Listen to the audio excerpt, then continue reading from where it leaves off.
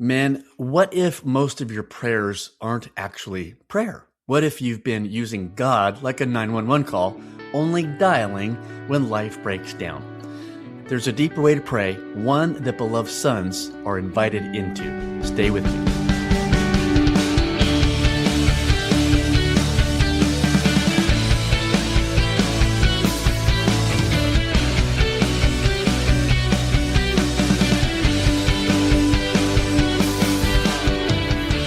Welcome to I Know a Guy podcast, a ministry of bringingkingdom.org, where we're helping men discover and live from their true identity every day. I'm your podcast host, Steve Cummings, and here's how I start off.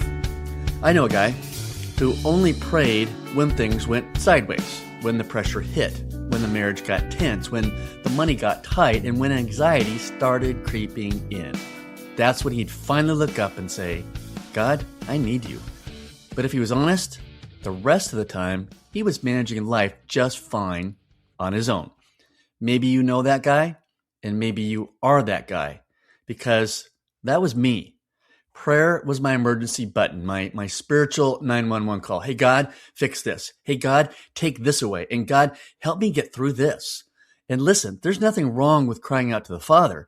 We need to do that all the time. But what if that's not the fullness of prayer? What if that's just the doorway and most of us never walk through it?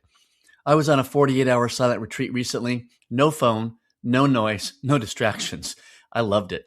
And something started to shift inside me. At first, I didn't even know what to do because I realized most of my quote-unquote prayer life was filled with words, requests and thoughts and talking, but very little listening, very little being.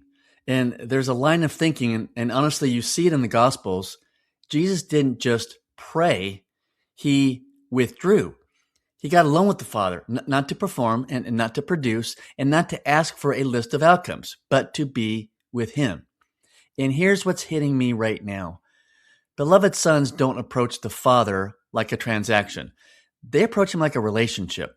A servant says, tell me what to do. A stranger says, help me fix this. But a son sits with his father, even in silence and even without words, even without needing anything to change. And I think this is where a lot of us as men, we get stuck because we're wired to do, to fix it, to solve it, and to handle it. So when we come to God, we bring that same mindset. God, here's the problem. Let's solve it. And to be honest with you, men, we learn this from our fathers, and this is one of the main reasons why I wrote the Father Eclipse. But what if the Father is saying, son, I don't just want to solve your problem, I want you. There's this idea of surrender that we don't like because it feels like losing control. But here's my question. What if surrender is actually where freedom begins? And what if prayer isn't about getting God to move, but about letting him meet you, transform you, and recenter you? On that retreat, I found myself just sitting there.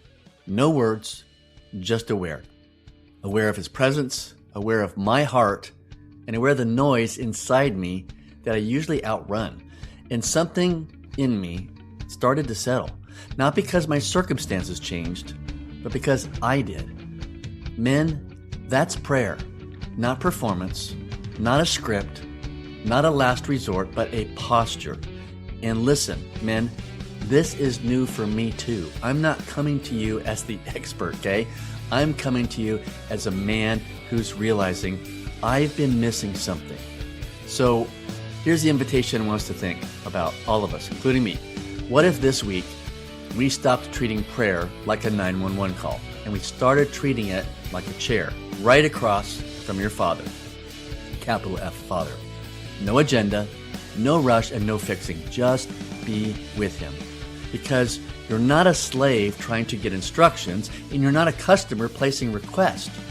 You're a beloved son, and sons, they sit with their father.